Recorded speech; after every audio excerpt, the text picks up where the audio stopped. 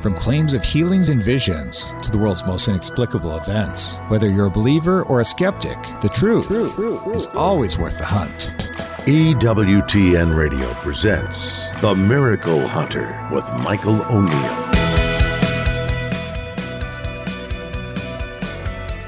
Welcome to the Miracle Hunter radio show on EWTN Radio. This is Michael O'Neill. I'm the Miracle Hunter.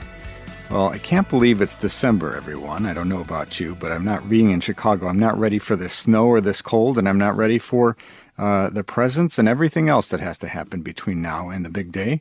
But even before then, it's important that we all focus our hearts and attention on the coming of Christ. This is a beautiful time of year, and I'm so excited to spend it with you for another weekend here on the Miracle Hunter radio show on EWTN.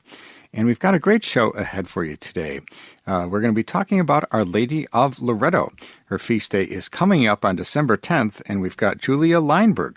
She's an expert on all things Italy, and she's going to talk to us again about this fascinating devotion of the flying house that led to Our Lady of Loreto being declared the patron saint of aviation.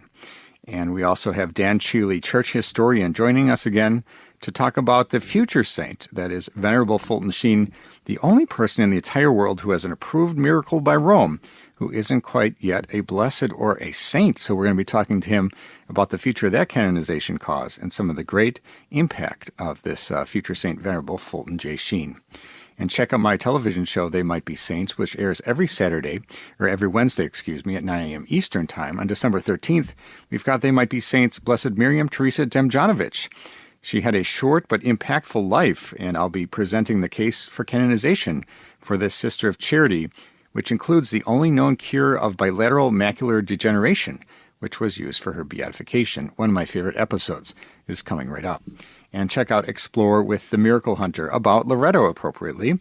The Holy House of Loreto is where the Virgin Mary is believed to have lived and received the Annunciation. But how did it get from Nazareth to its current home in Italy?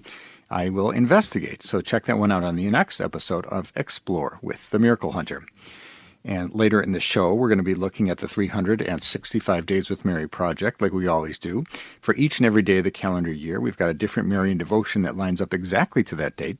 And for December 3rd, we've got Our Lady of Didynia in Turkey in the year 363. And the might-be saint of the day is Blessed Maria Angela Astorch, who lived from 1592 to 1665 in Spain. And her feast day is today. And also, the question of the week, has there ever been a visionary who did not lead a virtuous life? And I'll see if I can answer that one about approved Marian visionaries in just a little bit. Let's take a look at the miracle news. We talk about this each and every week, and people can follow the miracles happening all around the world if they connect to my Facebook feed of The Miracle Hunter or my Instagram, which has over 25,000 followers. You can be one of them, and you can find about the miracles happening all around the world. And when we look at miracles, we talk about those cases of people on the path to sainthood who need a couple of miracles, perhaps, in order to be declared a saint by Rome. And then there's those people who maybe only need one miracle. And those, of course, are the martyrs. And there's an exciting new project, a new commission that's beginning its work that you may or may not have heard about. The Commission of the New Martyrs is beginning its work, and it's the Witnesses of the Faith established by Pope Francis for the Jubilee of 2025. It met for the first time at the beginning of this month, and in a statement from the Dicastery for the Cause of Saints published on November 13th, it created in July, in light of the Jubilee year of 2025, a commission with a task to catalog all Christians, not just Catholics, from 2000 until today, quote, who have shed their blood to confess Christ and bear witness to his gospel. Quote, we are preparing to enter into the heart of recognition of and encounter with these witnesses whose lives and deaths are marked by the gospel. Love for the weakest, the search for peace, and the painful confrontation with multiple designs of evil, without, however, abandoning trust in the good, end quote. That's what the statement says. And so the Commission's first phase of work will focus on looking into the lives of Christians whose lives were cut short or given in some way to bear witness to the gospel. That's what the statement explains. And to look into these stories, the Commission is going to lean on research done by Fides, the news agency of the Pontifical Mission Society, by local bishops and religious congregations. and by anyone else who keeps the memory of these individuals alive. So we're excited about this project, and we'll report more about what's going on with that, but it's just out of the gate now, and this is a commission of martyrs of Christians, not just Catholics. So I think this is groundbreaking in so many ways, and we'll see if some saints actually are named as a result of this commission. So we'll keep you up to date on the progress in the future weeks and months and years ahead. Let's take a look at Catholic Pub Trivia. Each week we ask a trivia question and give out a prize to an emailer who writes in the fastest with the correct answer. And last week we talked about Our Lady of Guadalupe and the Flower World Prophecy, and was an interesting book. Check that interview out if you go to EWTN.com/radio or go to the app and look at the archives. Last week we spoke with the authors of that book, and it's really a fascinating look at Our Lady of Guadalupe, something that happened 500 years ago, but it's a brand new way to examine the apparitions and those things that predated the apparitions of Our Lady of Guadalupe. So the question from last week was, how many popes have visited the Guadalupe image in Mexico City? And the answer is 2. John Paul II and Pope Francis most recently, of course. And I think that all future popes probably will be going there as well. So thanks for everybody who wrote in with that correct answer. Now, the question for this week relates to Our Lady of Loreto, who we'll be talking with Julia Lineberg later in today's program about. And Our Lady of Loreto is considered the patroness of pilots, and which Italian is considered the patron saint of pilots? And again, that question is, which Italian is considered the patron saint of pilots or aviation? So if you think you know that answer and want to win the prize, the image of the faces of Mary, send me an email to miraclehunter@EWTN.com or questions@miraclehunter.com, or just go to my website, miraclehunter.com, and send me a message that way. And answers and winners will be posted on the show page on miraclehunter.com. We need to take a short break, but when we come back, we're going to be talking with Julia Lineberg about Our Lady of Loreto. Is it believable that the House of Mary really flew with angels? Stay with us for that.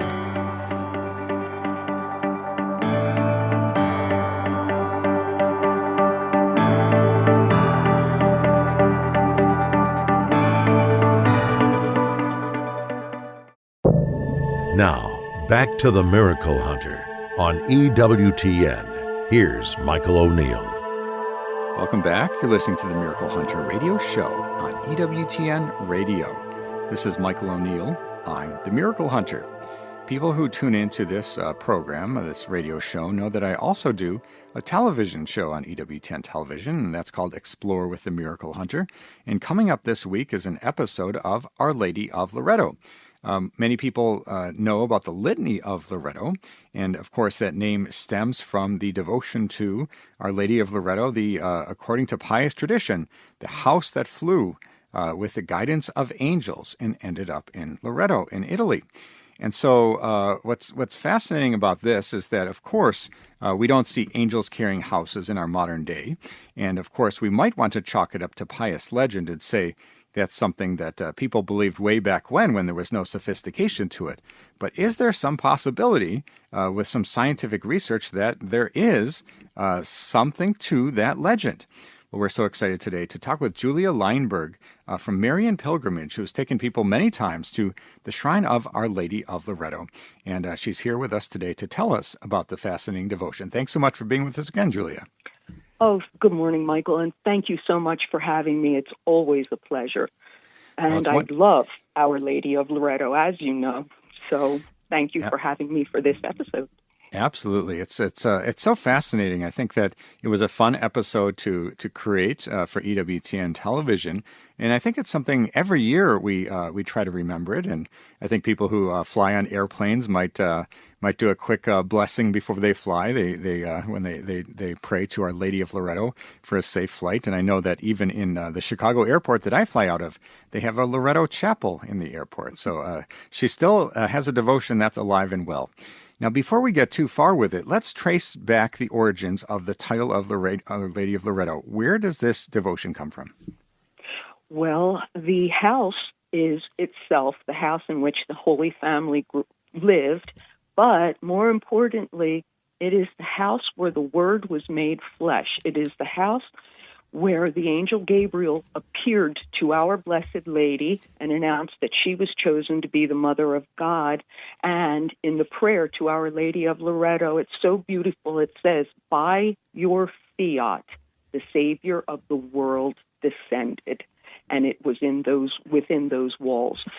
So it happened that in the 13th century, there was a lot of turmoil in the Holy Land, and Our Blessed Lady decided that her house was going to be preserved and removed, and it was under the power of the holy angels that the house was taken as, I think it was Pope John the 23rd said, it was taken from Palestine to Croatia, from Croatia to Loreto, where Our Blessed Lady designated among the laurels that her house would be preserved for all of Christianity, for all of mankind. Absolutely amazing. And they still celebrate this coming to Italy, don't they? Every year, La Venuta, they call it. There's some celebration that happens there in Italy, isn't there? Oh, my goodness, yes. And we call it in the United States the Feast of Our Lady of Loreto on December the 10th. But actually, they in Italy celebrate La Venuta, which is the translocation of the house on December the 10th. They begin on the vigil, December the 9th, with lighting a special star under the rotunda, and the vigil goes all night, and then the next day they have a huge mass celebration there in the beautiful basilica for Our Blessed Lady, and at one time it was extended to all of Italy, but now they do it mostly right there in Loreto. And this is still very, very well attended, and everything is offered by the cardinal there. That is, his seat is Loreto. Absolutely. We're talking today with Julia Lineberg from Marian Pilgrimages. You can find out more about her at marianpilgrimages.com. And we're talking today about Our Lady of Loreto. And Julia, you know me, I'm a little bit annoying or interesting because I'm a skeptic and a believer. You know, I want to believe that, in fact, that this was carried by angels and transported in a miraculous way. But I'm also a skeptic, thinking maybe that's something from an earlier, more pious age where science wasn't really valued as much as it is in our modern day. Has there been any kind of research whatsoever that would suggest that this is actually the house of Mary? Well, I, too, I just believed because my mother told me it was. But then after that, I started to be a little skeptical as I grew and as I became older. And I thought, let us see if there really is. So having had the privilege of staying in Loreto for an extended period of time, I was able to do some research. And then there was an American film crew that came over, and they wanted to do a documentary, which they did, and I assisted with translations and so forth. But we became familiar with a professor, Giorgio Nicolini, who did a lot of scientific research there. And he said, for example, there was this belief that it was actually taken by ship, and the family name was Angeli, which means angels. So they're like, see, there was, this was all a bunch of pious malarkey. So he did a little bit more research, this Professor Nicolini, and excavating underneath the Holy House, he found and proved and filmed that there was no foundation. In other words, the foundation that exists in Nazareth is still existing, and it meets and corresponds completely with the house that is in Loreto. And Professor Nicolini took a sheet of paper and put it underneath the Holy House, and he went around the walls in this tiny little cavern and filmed the fact that the house does not sit on any foundation, and you can actually put paper underneath the house and the ground where it landed. And the floor, which is inside the Holy House that we, the pious, would attend Mass upon, was put there later.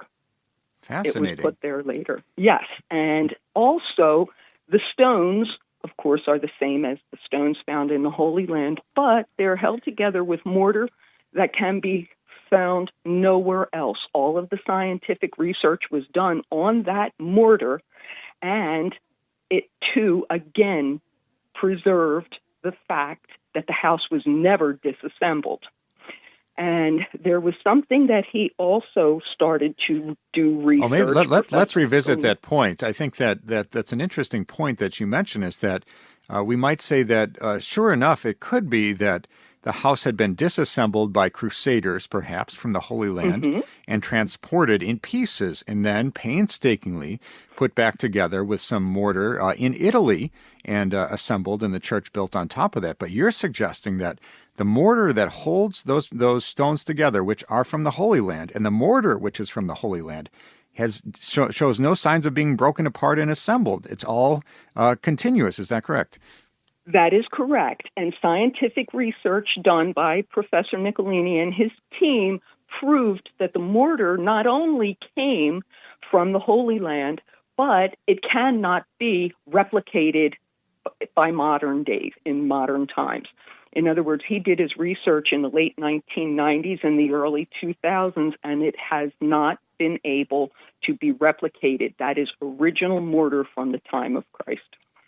Absolutely amazing. We're talking today with Julia Lineberg from Marian Pilgrimages. You can go to marianpilgrimages.com to find out more about her travels to places like Loreto. We're talking today about Our Lady of Loreto. And I've been fascinated by this story.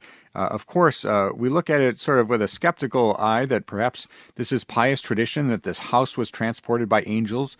Maybe it wasn't even the house of Mary, but there is some scientific research that suggests that not only is it perhaps originally the house of Mary, but also was transported in one piece, which would imply something other than taking it apart and moving it by the family Angeli, which is the theory that's circulated today. Absolutely amazing. Well, Julia, when you look at this house, what strikes you as remarkable about the house of Loreto? Well, I think about the fact that we are privileged to be able to enter there. And I think about the love that our mother has for us, our Heavenly Mother, that she has preserved this beautiful relic for us. And over the centuries since it was translocated there to Loreto, many saints have visited there physically and by location. There were beautiful, beautiful stories of St. Veronica Giuliani going in by location, Catherine of Bologna, etc., from those days. But there were two wonderful accounts that stayed with me in my heart. One was Venerable Catherine Emmerich, and she actually, in her visions, saw the house being carried across the land and the sea. And she described it so perfectly that there were 7 angels that transported it, 3 on either side of the abode, and out ahead was one angel with a ray of light from heaven that brought this house across the land and the sea. And I love reading the visions of Catherine Emmerich because she was the one who was able to find the location or describe the location of Mary's home in Ephesus. So I also had the privilege of knowing one of the friars that was Padre Pio's companion and caretaker for more than 10 years. And I asked him, I said, oh, Padre Alessio, it was Padre Alessio Parente, who is deceased now, but your listeners, I'm sure, would know him from the books that he's written, Send Me Your Guardian Angel, Padre Pio, and also about the Holy Souls in Purgatory, Viva right. Padre Pio.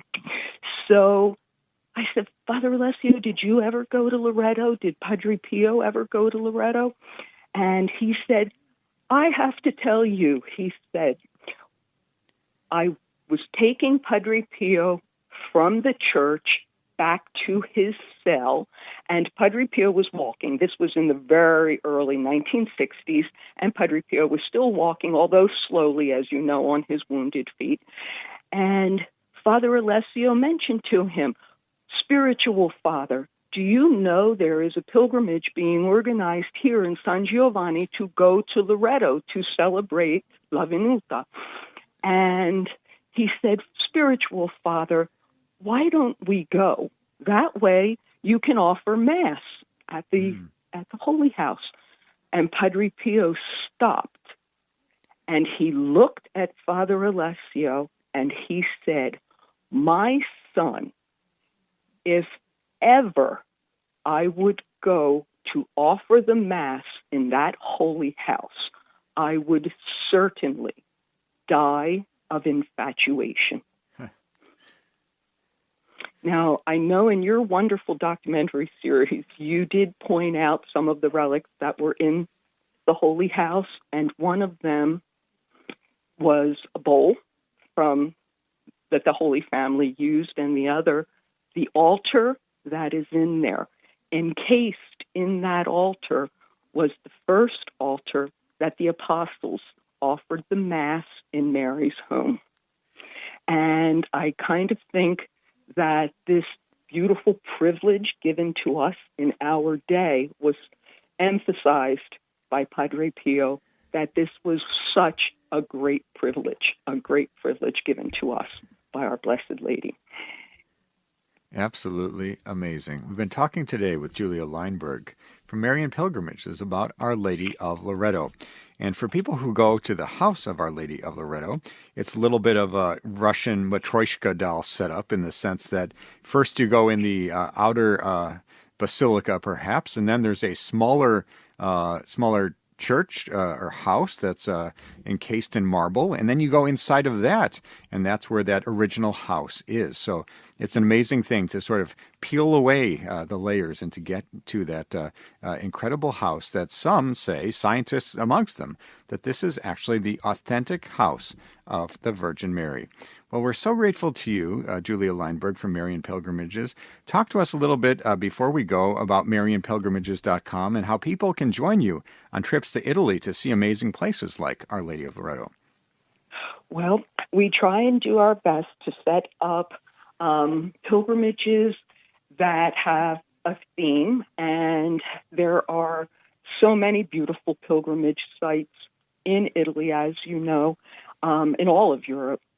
But Loreto, Genezzano, which is another fabulous show that you did, Our Lady of Good Counsel, these are Marian pilgrimage sites. We always go to San Giovanni Rotondo because of Padre Pio and our devotion to Padre Pio.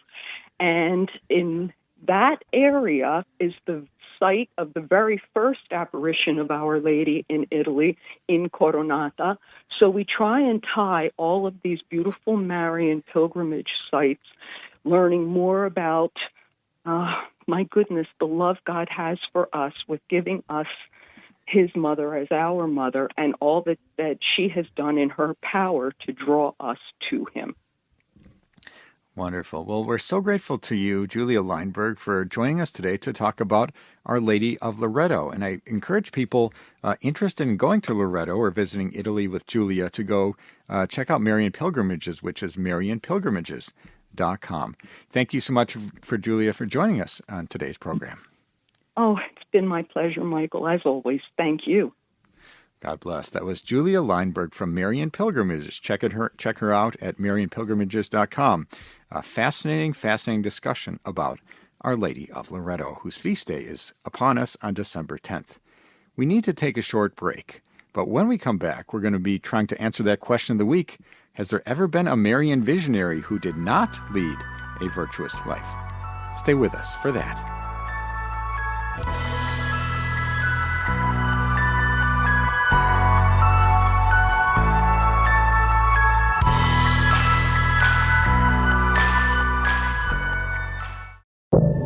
Now, back to the Miracle Hunter on EWTN. Here's Michael O'Neill.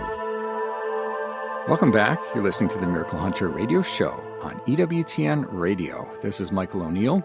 I'm the Miracle Hunter. Hey, I love getting your questions. People write in from around the world with questions about miracles happening in today's world. and those that have happened centuries ago. And I love getting these emailed questions, or I love getting questions in person when I give talks around the country. I give 20 to 30 talks a year, traveling to different parishes and shrines and conferences. And I'd love to talk for about 45 minutes, and then afterwards, for 15 minutes or 30 minutes or even more, people will pepper me with questions about miracles happening in today's world and those that have happened centuries ago. So I love getting these questions, and I try my best to answer them. And here's a good question that I got from TB. She says, "Dear Miracle Hunter, has there ever been a visionary who has not led a virtuous life?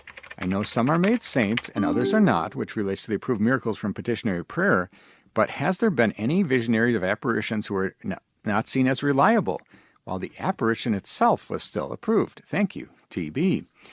Well, thanks for that great question. And of course, there are some saints that stem from Marian apparitions, and I would say that by percentage, you have a pretty good chance of becoming a saint if you have seen Mary in an approved kind of way. Of course, we're talking about St. Catherine Labouré, whose feast day was just this past week. And we also talk about Bernadette Soubirous of Lourdes, or the Fatima children, or St. Juan Diego. Those are some of the famous ones that many people know. But not every single person who saw Mary is, in fact, a saint. And so we can talk about these various cases, but perhaps the most clear example of this relates to Our Lady of La Salette, where we have Melanie and Maximine, the shepherd children, who receive visions of Mary. And they're the subject of a new program that I'm coming out with on EWTN Explore with the Miracle Hunter La Salette. So we'll learn a lot about them in that program. But when we talk about their lives, Melanie, for example, she became a nun, and she changed orders several times, and she spoke publicly about the secret and changed the secret from time to time, and lived a life that was shrouded in mystery, perhaps we might say. People don't necessarily know what to do with her as a visionary. And then we talk about Maximine, who changed jobs many, many times and lived kind of a troubled and aimless life, you might say.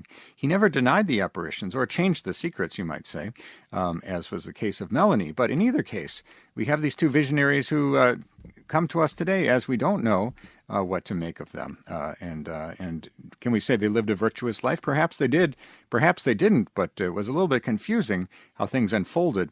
And we have these famous cases, like I mentioned, of St. Bernadette, who went off to a convent in Nevers and died very young, or St. Catherine Labouré, who was in a convent and was lost to anonymity, or Juan Diego, who died in old age, but we don't know much about him. So the fact that there are these approved Marian visionaries, but we don't know much about them after their visions, certainly makes it easier. And in the case of Maximine and Melanie, we do know a lot about them and their lives afterwards, which maybe makes it a little bit complicated. So thank you, TV, for your question. So do you have to be a perfect saint, or a saint, you might say, to have an approved Marian apparition approved?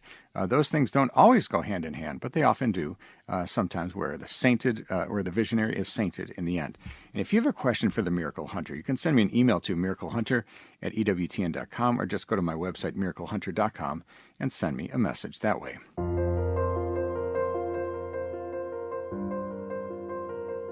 Let's take a look at the 365 Days with Mary project.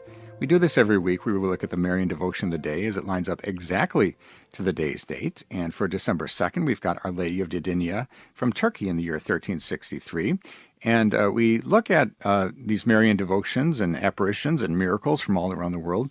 You all know Fatima, May 13th, or Guadalupe, December 12th, or Lourdes, February 11th. But believe it or not, there's a different Marian devotion for each and every day of the calendar year. So for this one, Our Lady of Didinia, we've got legends saying that it was before the shrine of Our Lady of Didinia that St. Basil had begged the Blessed Virgin Mary to remedy the persecution of Christianity being caused by Julian the Apostate.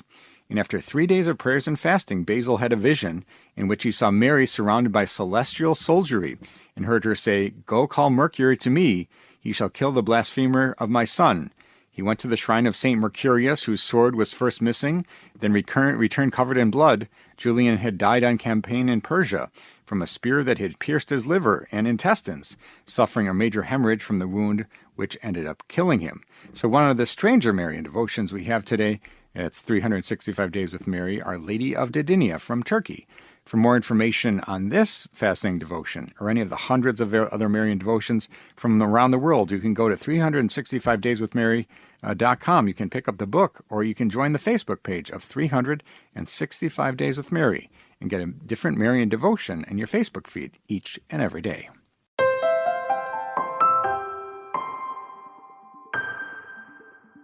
Let's take a look at They Might Be Saints. We do this every week where we talk about those people on the path to sainthood. And we're talking about venerables and blesseds and servants of God before they have all their miracles and are declared saints by Rome. And we always like to keep you up to date on who's coming down the pipeline. And on Wednesday, November 8th, the Holy Father received an audience Cardinal Marcello Semeraro, the prefect for the Dicastery for the Cause of Saints. And during this audience, the Pope authorized the same dicastery to promulgate a decree regarding the heroic virtues of the servant of God, Giuseppe Marazzo, the professed priest of the Congregation for the Grogationists of the Heart of Jesus. And he was born in 1917 in San Vito del Normanni in Italy, and he died on November 30th of 1992 in Messina, also in Italy. And according to the Dicastery for the Cause of Saints website, he was a professed priest of this Rogationist order of the Heart of Jesus, and his charity towards God was the fulcrum of his life. Grace is the source of all his actions, the presupposition of every work, the fruit of always intense and constant prayer. So that's a little summary they give for servant of God, now venerable, Giuseppe Marazzo. With one miracle, he will be declared blessed, and a second miracle, he will be named Saint Giuseppe.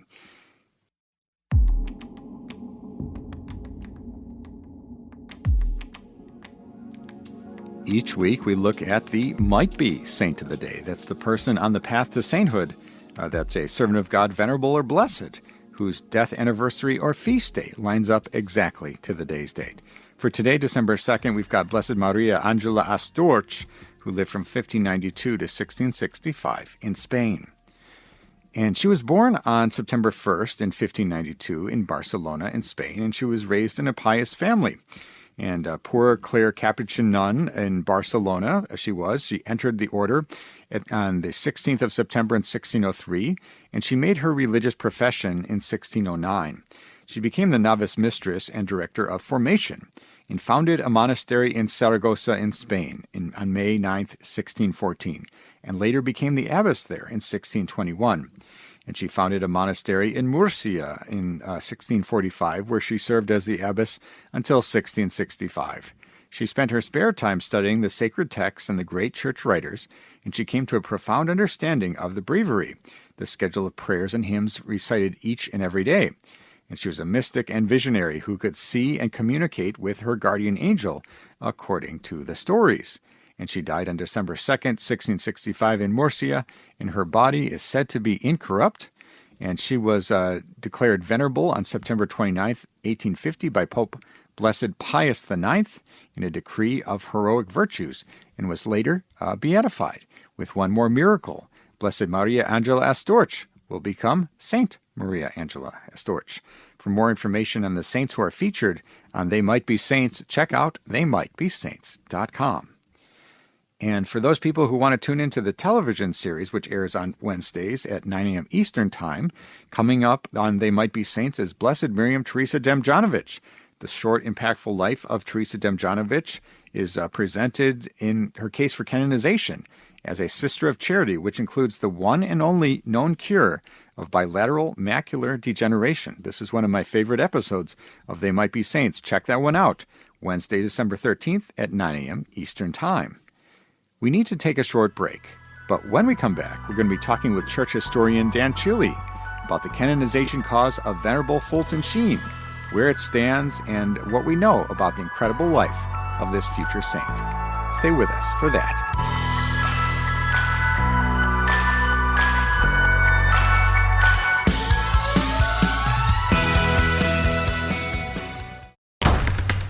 Now, back to the Miracle Hunter on EWTN. Here's Michael O'Neill. Welcome back. You're listening to the Miracle Hunter radio show on EWTN Radio. This is Michael O'Neill. I'm the Miracle Hunter. People who tune into this show and tune into my series on EWTN television, They Might Be Saints, know I love looking at the causes of potential American saints. And we have as many as 24 who have advanced to venerable and beyond in the United States. And one of those who is at venerable, but probably should be at blessed, is Fulton John Sheen. Of course, you know him as the bishop for his famous programs Life is Worth Living, his 2 Emmy Awards, etc. He's perhaps the most famous media priest or bishop of all time. And for all of us in Catholic media, we have a debt of gratitude to pay to Fulton J. Sheen. And what's fascinating about his sainthood cause is he's the only person in the entire Catholic Church who has a miracle attributed to his intercession who is not a blessed, who is marooned at venerable. And there's some interesting things going on right now where his cause is stalled. And we're so excited today to talk with Dan Cheely, church historian and expert on Fulton Sheen, and about where his cause stands today and the impact of this great media bishop. Welcome back to the show, Dan. Well, it's always great to be with you, Michael, and it's even better to be able to talk about Fulton Sheen, my hero. Yeah, I know you refer to him as your hero, and growing up and beyond, you've really admired him. What was it about Fulton Sheen that sort of caught your attention? Well, I'll never forget the first time I saw him on TV. I was a little shaver. I was about 6 or 7 years old, and his program was on at my grandparents' house, and everybody was watching him. And it was the days of black and white TV. And there was even coming through, just seeing him, a little kid, I didn't understand what he was saying, but he just seemed to be so energized. His eyes were flashing.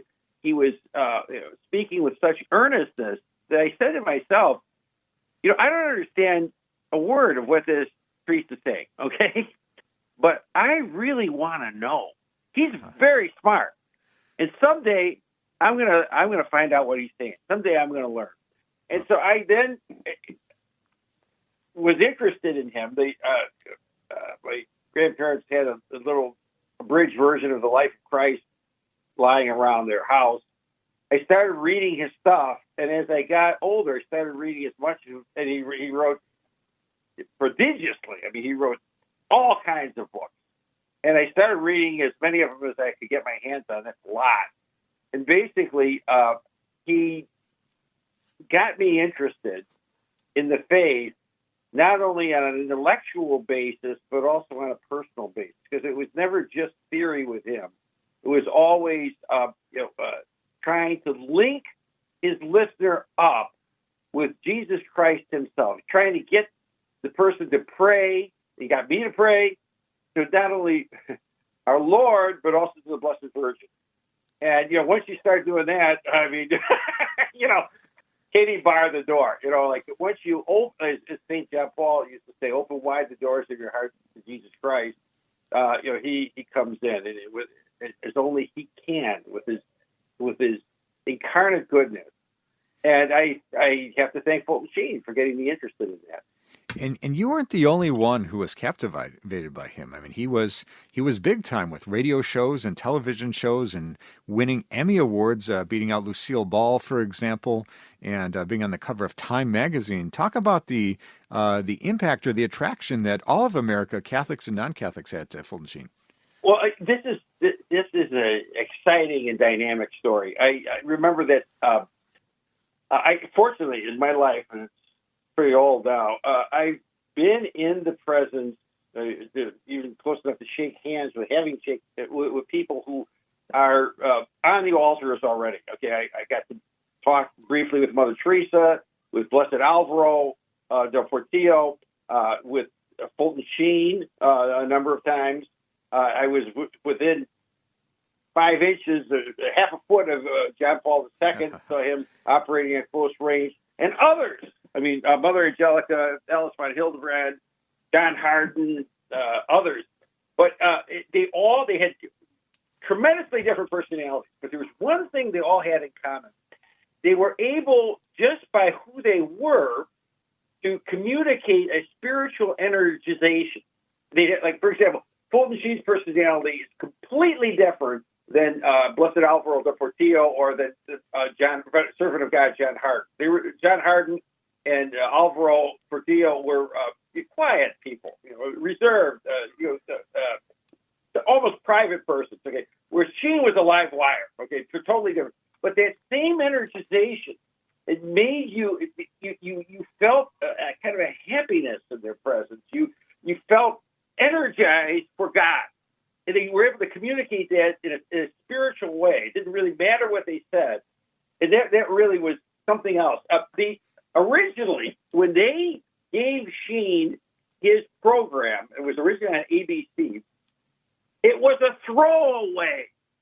They had, at that time, in that spot where he was, on CBS, I think, was Milton Berle. Okay.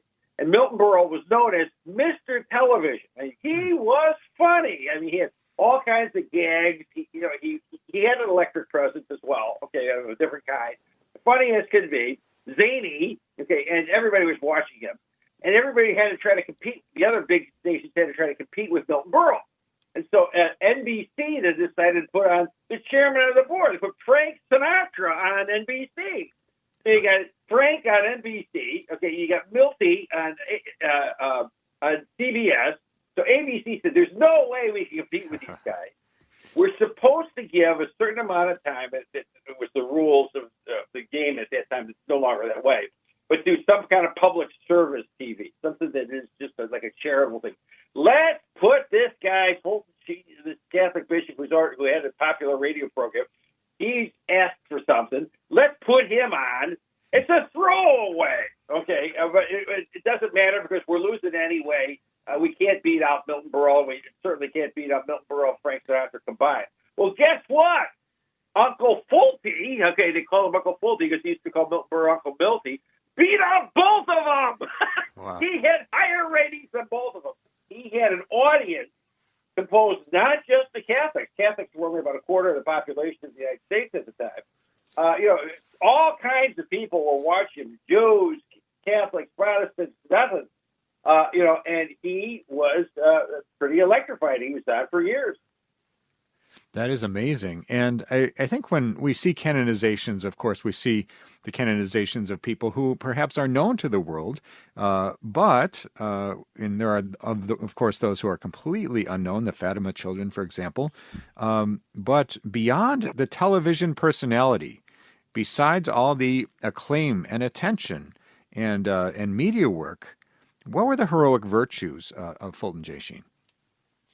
Well, he had a tremendous talent, okay, but he also had a tremendous capacity for work, and actually, interesting enough, as politically incorrect as it sounds today, for purity, okay. And let me give you an example of that.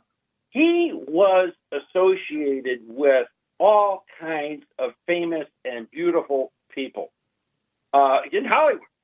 Because what happened often was, and that was the beginning of his close friendship with Claire Booth Luce, people would refer others to him. They'd say, "Hey, I met," first it was Monsignor Sheen, and he's really a gifted person. He can really counsel. Can you, I think you should meet him too. And by Claire Booth Luce, for example, who was probably one of the most famous American women in the country at the time. She was a congresswoman. She was an authoress.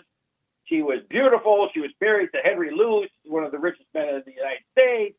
She had it all. Okay. But she lost her daughter, her oldest daughter, in a tragic car accident and basically went into a horrible depression. And I think it was Ann Blythe, the movie star Ann Blythe, told her, "You should talk to Fulton Sheen." And she said, I don't believe in that nonsense. That's not, what is he going to do for me? Bring her back? No, I don't need pie in the sky. Okay, you're a bitter person. But she said, what do you have to lose? Go talk to him. Well, to make a wonderful long story short, and I'd love to tell you the whole story of that sometime, but after meeting Fulton Sheen, it wasn't overnight, by the way, either. It was several meetings. She converts to Catholicism and becomes a Catholic for the rest of her life.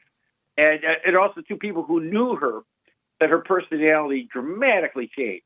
I mean, she had been basically dog-eat-dog type person, look out for number one.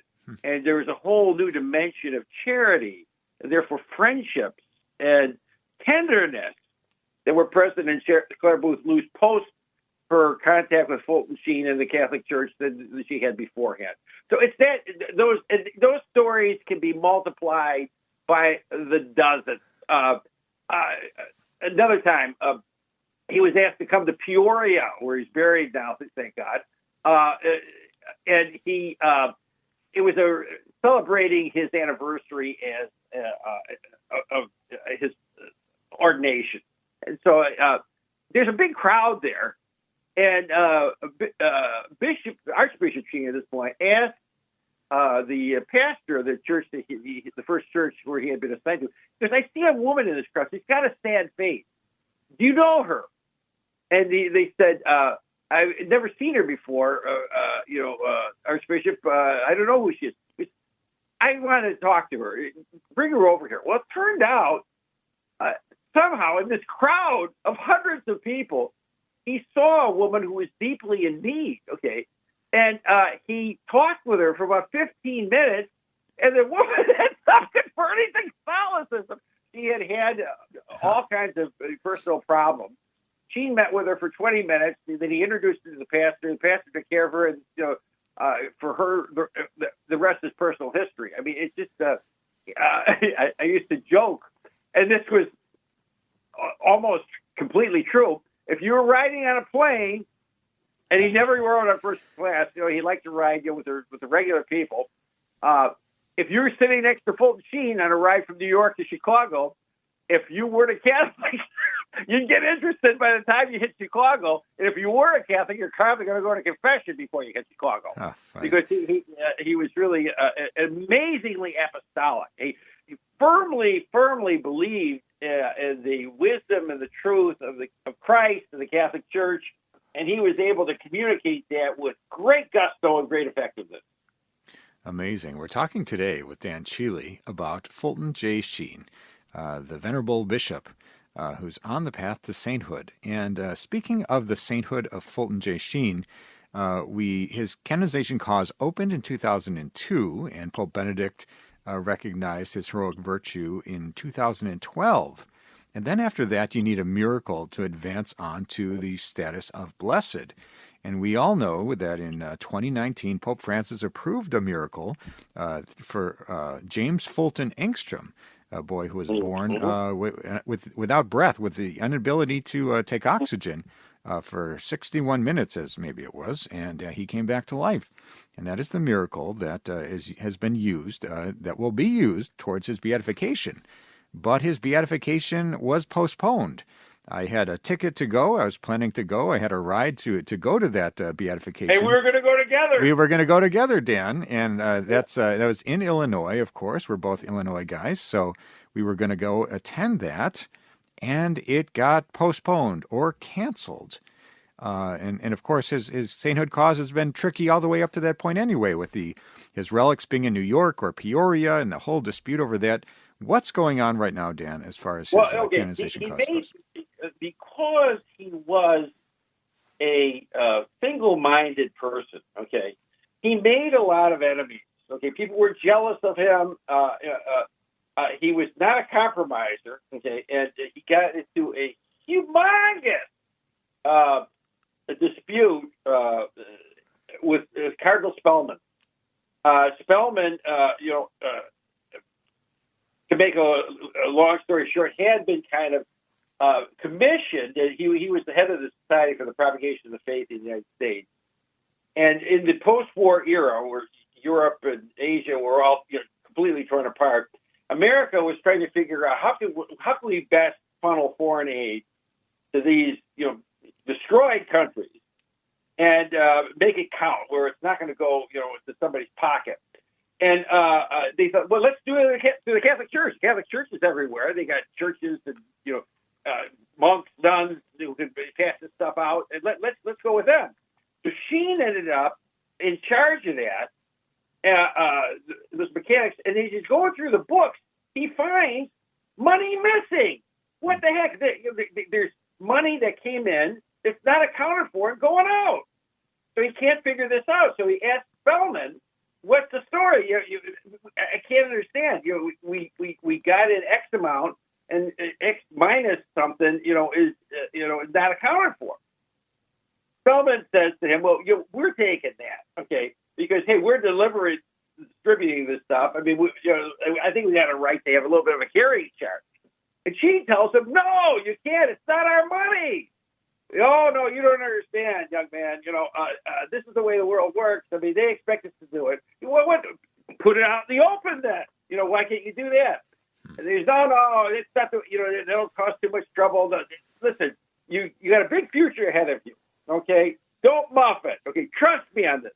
And she says, we can't, Your Eminence. It's not our money. He takes it all the way to the Pope, Pope Pius XII. Pope Pius XII backs Sheen. He says, Sheen is right.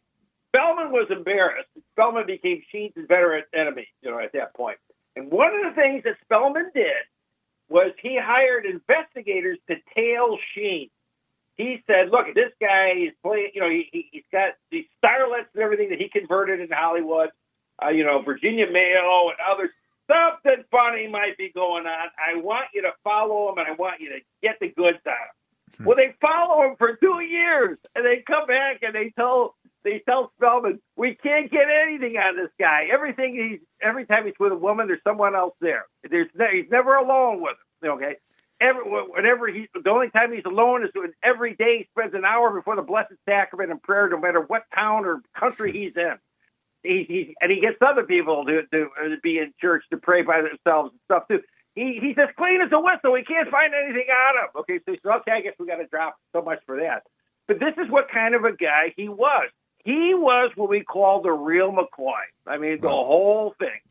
He wasn't going to water down the medicine. He was going to give it to you straight. Okay, and giving it to people straight, it was powerful.